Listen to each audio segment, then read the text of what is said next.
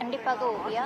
குறிப்பாக டெல்லியில் 25க்கும் நாட்களுக்கு மேற்பட்டு தொடர்ந்து போராட்டத்தில் ஈடுபட்டு வருகிறார்கள். குறிப்பாக இவர்களது முதன்மையான கோரிக்கை என்னவென்று பார்த்தால் நீட் தேர்வை ரத்து செய்ய வேண்டும், அதே போல இதற்கு தர்மேந்திர பிரதான் பதவி விலக வேண்டும் என கோரிக்கையை முன்வைத்து போராட்டத்தில் ஈடுபட்டு வருகிறார்கள்.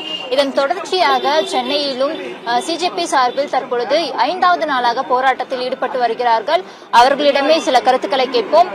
வணக்கம் சார், நீங்க எத்தனாவது நாளா போராட்டத்தில் ஈடுபட்டு வரீங்க? உங்களது முக்கியமான கோரிக்கை என்னவா வச்சுட்டு வரீங்க சார்? இப்போ சென்னையில் 5வது நாளாக நான் ஸ்டார்ட் பண்ணியிருக்கோம். இதே மாதிரி கோயம்புத்தூர்லேயும் நம்ம தலைமையிலேயே ஆரம்பிச்சிருக்காங்க, அது 3வது நாளாக போயிட்டுருக்கு. அடுத்து இன்னைக்கு திருப்பூர்லேயும் ஆரம்பிச்சிருக்காங்க. திருப்பூரில் இன்னைக்கு தான் ஆரம்பிச்சிருக்காங்க. இன்னைக்கு நீங்க 5வது நாளா போராட்டத்தில் ஈடுபட்டு வரதாவது சொல்லியிருக்கீங்க. குறிப்பா உங்களுக்கு தமிழக அரசு சார்பில் இருந்து ஏதேனும் உங்களுக்கு ஃபேவர் பண்ணியிருக்காங்களா, இல்லைன்னா பல்வேறு அமைப்பு கட்சிகள் சார்பில் இருந்து உங்களுக்கு ஆதரவு அளிச்சுட்டு வராங்க, அதே மாதிரி தமிழக அரசு சார்பில் இருந்து ஏதாவது ஆதரவு அளிக்கிறாங்களா? இது வரைக்கும் பல கட்சிகள் பல அமைப்புகள் நம்மளுக்கு ஆதரவு சொல்லிட்டு இருக்காங்க. ஆனால் எந்தெந்த கட்சிகள்லேருந்து ஆதரவு வருதோ அந்தந்த சாயத்தை எங்கள் மேலே பூசிடுறாங்க. அதாவது இன்னும் ரெண்டு கட்சி தான் இன்னும் அந்த சாயம் எங்கள் மேலே பூசலை. அந்த சாயத்தை எங்கள் மேலே பூசினா ஏற்றுக்கிறதுக்கு நாங்கள் ரெடி. பூசிட்டு போங்கன்னா கொஞ்சம் நல்லா இருக்கும். அதாவது இங்கே வர்றவங்க சில இப்போ இருக்க ரூலிங் பார்ட்டியோட ஃபேன்ஸ் தான் இங்கே வர்றாங்க. அவங்கள அந்த கட்சிக்காரங்கன்னு சொல்ல முடியாது, ஃபேன்ஸ் தான் சொல்லணும். சொல்லிட்டு இங்க வர மெம்பர்ஸை தான் நம்ம முன்னாடி நின்று பேச வைக்கிறோம். நாங்களே எப்பயும் பேசுறது கிடையாது. அப்படி பேசுற மெம்பர்ஸ் அவங்களோட ஆதங்கத்தை தெரிவிக்கிறப்போ சில மெம்பர்ஸ், சில ப்ரொடெஸ்டர்ஸ் எல்லா கட்சியும் இது வரைக்கும் எதுவுமே பண்ணல அப்படின்னு தெரிவிக்கிறாங்க. சில பேர் இப்ப டிவிக்கேவை நம்பி நாங்க ஓட்டு போட்டிருக்கோம், அந்த டிவிக்கேவும் எங்களுக்கு எதுவும் பேச மாட்டேங்குது, எங்களுக்காக ஒரு குரல் கொடுக்க மாட்டேங்குதுன்ற ஆதங்கத்தை தான் தெரிவிக்கிறாங்க. இது இவங்களோட பி டீம், இவங்களோட சி டீம், இதுக்காக நாங்க போராட்டம் பண்றோம், இந்த படத்தை தடுக்கிறதுக்காக போராட்டம் பண்றோம்னு நினைக்கிறாங்க. அப்படி கிடையாது. அவங்க மக்கள் அவங்க யாரை நம்பி ஓட்டு போட்டாங்களோ அவங்க நம்ம தேவைப்படுறத பண்ண மாட்டாங்க, தேவைப்படுற இடத்துல குரல் கொடுக்க மாட்டாங்க அப்படின்ற ஆதங்கத்தை தான் தெரிவிக்கிறோம். இப்ப எங்களுக்கு ஒரு விஷயம் தேவைப்படுது, ஆனா அந்த விஷயத்த நீங்க கவனிக்க மாட்டீங்க. அந்த விஷயத்த கவனம் ஈர்ப்பறதுக்காக ஆரம்பிச்ச ப்ரொடெஸ்ட் தான் இது.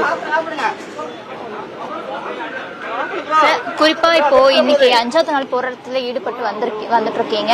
டெல்லியில மாணவர்களுக்கு அந்த போராட்டத்தில் ஈடுபட்டு வரும்போது ரொம்பவே பெருசா பாதிப்பு ஏற்பட்டு இருக்கு. அதே போல உங்களுக்கு காவல்துறை சார்பில் ஏதேனும் இடையூறுகள் இருக்கா? உங்களுக்கு இல்ல ஃபேவர் பண்றாங்களா? அதாவது உயர் அதிகாரிகள்லாம் நம்மளுக்கு ரொம்ப நம்ம கிட்ட பொலைட்டா தான் பேசுறாங்க, நம்மளுக்கு ஆதரவா எல்லா விஷயமும் பண்றேன்னு சொல்றாங்க. ஆனா நம்ம கிட்ட டைரக்டா மீட் பண்ற இங்க எப்பயுமே இருக்க அதிகாரிகள் சில நேரம் நம்மளுக்கு சில பிரச்சனைகள் கொடுத்தாங்க. 2வது நாளே நம்ம ப்ரொடெஸ்டுக்கு வந்துட்டு போற வண்டியில இருக்க ஹெல்மெட்டை எடுத்து வச்சுட்டு அந்த பசங்க வண்டியில ஏற போறப்பயே உன் ஹெல்மெட் எங்கடா அப்படின்னு கேட்டு மிரட்டினாங்க. அதை நாங்க மேலதிகாரிகிட்ட சொன்னோம். உடனே அந்த அதிகாரிகள்லாம் மாத்திட்டாங்க. இப்போ நேத்து என்ன நடந்துச்சுன்னா, ஒரு அதிகாரி இங்க இருக்க நம்ம ப்ரொடெஸ்டுக்கு வந்த பசங்களோட வண்டி நம்பர்லாம் நோட் பண்ணி ஃபைன் போட்டுட்டு இருந்தாரு.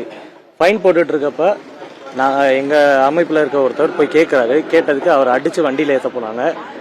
ஆனா அதை பேசி சுமூகமா முடிச்சுட்டு மறுபடியும் அதே அதிகாரி நம்ம இனிமேல் இந்த மாதிரி நடக்காது, நாளையில இருந்து நாங்க எல்லாத்தையும் சரி பண்ணிடுறோம், பார்க்கிங் எல்லாமே நான் உங்களுக்கு பண்ணி தரோம் அப்படின்னு இப்போ ஒரு நடவடிக்கை எடுத்துட்டு இருக்காங்க.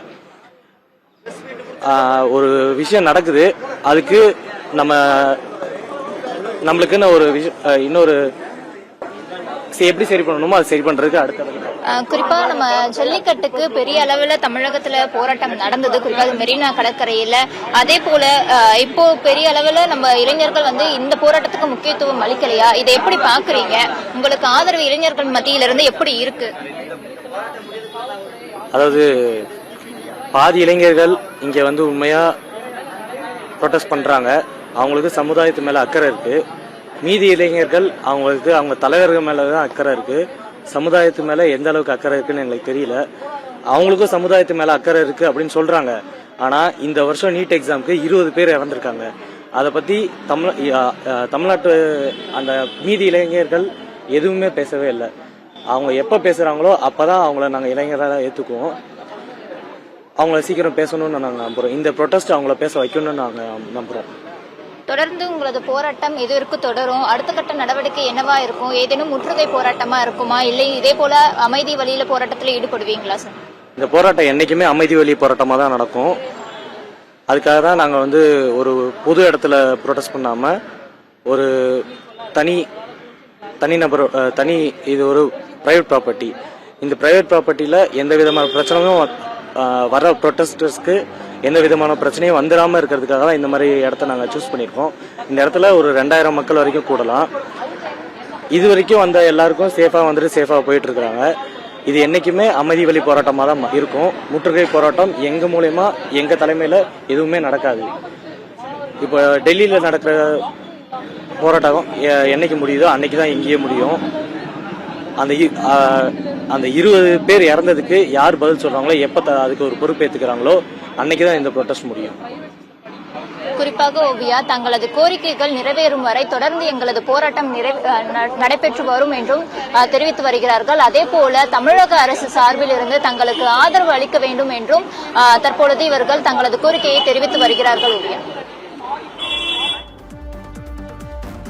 நந்தினி, தற்போது பிரதமர் மோடி அவர்கள் நள்ளிரவில் வீடியோ ஒன்றை வெளியிட்டார். குறிப்பாக அந்த வீடியோவில் நீட் தேர்வு முறைகேடு தொடர்பாக உரிய நடவடிக்கை எடுக்கப்படும் என்று குறிப்பிட்டு பேசியிருந்தார்.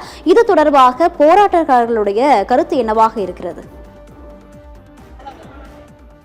குறிப்பாக நாம் இது தொடர்பாக அவர்களிடமே சில கருத்துக்களை கேட்போம். குறிப்பா சார், இதற்கு நேற்றைய தினம் மோடி அவர்கள் இது தொடர்பா உரிய நடவடிக்கை எடுக்கப்படும் அப்படின்னு சொல்லியிருக்காரு. இதுல உங்களது கருத்து என்னவா இருக்கு? டெல்லியில இது தொடர்பா என்ன மாதிரியான நடவடிக்கை மேற்கொண்டுட்டு வராங்க?